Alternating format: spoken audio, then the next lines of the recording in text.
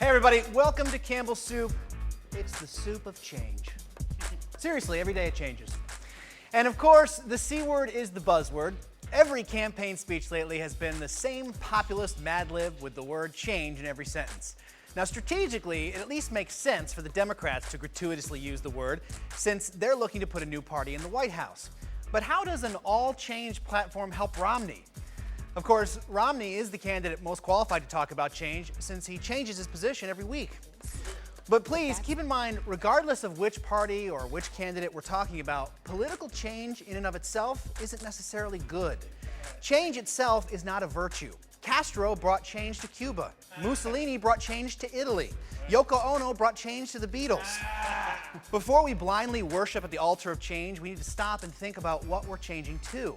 And most of these candidates aren't suggesting any actual changes. They're just saying change as though the word itself signifies change.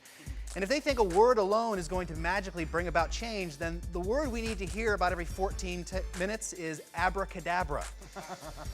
And when you look closer at some of the candidates' proposals that would actually mean a substantive change, it doesn't necessarily mean it's a change for the better. Huckabee is another strong candidate for change. After all, when he's done taxing you, all you're left with is nickels. And since the Iowa caucuses, the boyish John Edwards has gone through so many changes, he's begun calling himself the puberty candidate.